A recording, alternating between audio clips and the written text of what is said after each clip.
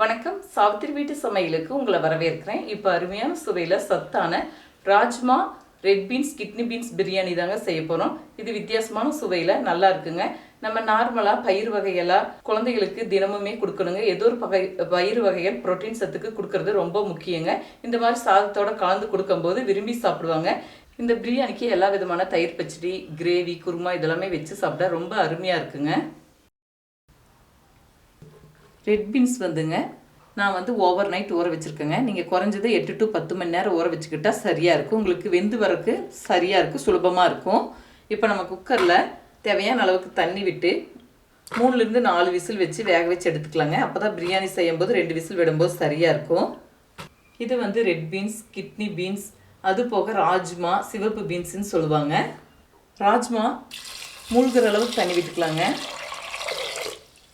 இப்போ மூடி போட்டுக்கலாங்க. மீடியம் ஹை ஃப்ளேமில் 3 to 4 விசில் வச்சு எடுத்துக்கிட்டா சரியாக இருக்கும். இப்போ இந்த பிரியாணி சேர்க்குங்க 2 டம்ளர் அளவுக்கு பாஸ்மதி அரிசி எடுத்துருக்கேன். 1 டம்ளர் 200 கிராம் பக்கம் பிடிக்குங்க. இதை நல்லா கழுவி 15 to 20 நிமிஷம் ஊற வச்சுக்கலாங்க.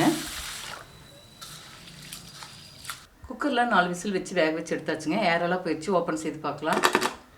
இப்போ வேக வச்ச ராஜ்மாவை தனியாக எடுத்து வச்சுக்கலாங்க. இந்த தண்ணி பிரியாணி வேக வைக்கும்போது சேர்த்துக்கலாம்.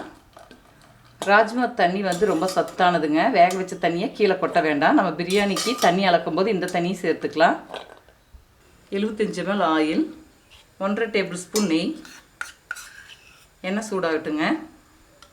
இப்போ பிரியாணிக்கு தாளிக்க ஒரு பிரியாணி இலை, அரை சைஸ் அன்னாச்சிப்பூ, சின்னதாக கல்பாசி, 3-4 கிராம்பு, 3 ஏலக்காய், சிறுதுண்டு பட்டை இதை சேர்த்துக்கலாங்க. நல்லா பொரிஞ்சு வரட்டும். இப்போ ஸ்பைசஸ் எல்லாம் நல்லா வறுபட்டுருச்சுங்க. இது கூட 2 பெரிய வெங்காயம் நீல வாக்கில் நறுக்கி வச்சுருக்கேன். லேசாக செவந்து வர அளவுக்கு நல்லா வதக்கி விட்டுக்கலாம். வெங்காயம் வதங்குறது கூடவே பச்சை மிளகாய் இந்தளவுக்கு கீறி வச்சுருக்குங்க 3 அண்ணா, இதையும் சேர்த்து வதக்கி விட்டுக்கலாம். வெங்காயம் இந்த அளவுக்கு நல்லா செவந்து வரணுங்க. அதே மாதிரி மிளகாவும் நல்லா வதங்கி இருக்கணும். இப்போ தக்காளியை சேர்த்துக்கலாம். 3 மீடியம் சைஸ் தக்காளி. நல்லா தக்காளி வதங்கி வரட்டுங்க. அதுக்கு தேவையான அளவுக்கு உப்பு சேர்த்துக்கலாம். இப்போ தக்காளி ஓரளவுக்கு வதங்கிடுச்சுங்க. இது கூடவே 2 டேபிள் ஸ்பூன் இஞ்சி பூண்டு விழுது நல்லா பச்சை வாடை போகிற அளவுக்கு வதங்கி வரட்டும்.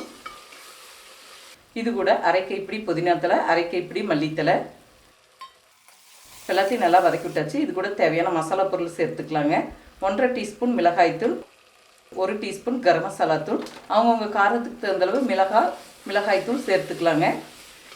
இப்போ வேக வச்ச ராஜ்மாவை சேர்த்துக்கலாங்க. லேசாக ஒன்று சேர நல்லா கலந்து விட்டுக்கலாம்.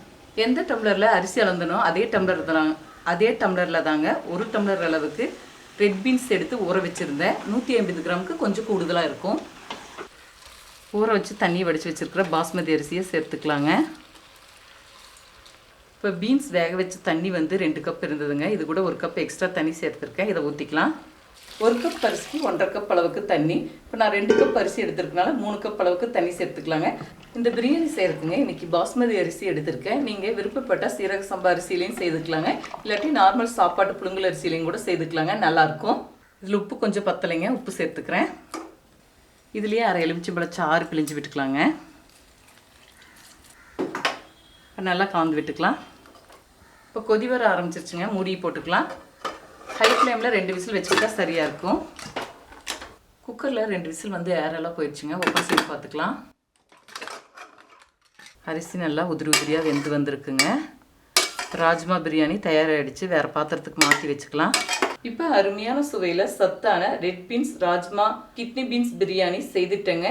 இதே முறையில் செய்து பாருங்கள். இந்த வீடியோ பிடிச்சிருந்தா லைக் பண்ணுங்கள், ஷேர் பண்ணுங்கள், சப்ஸ்கிரைப் பண்ணுங்கள், கமெண்ட்ஸ் பண்ணுங்கள். அடுத்த வீடியோவில் சந்திக்கலாம்.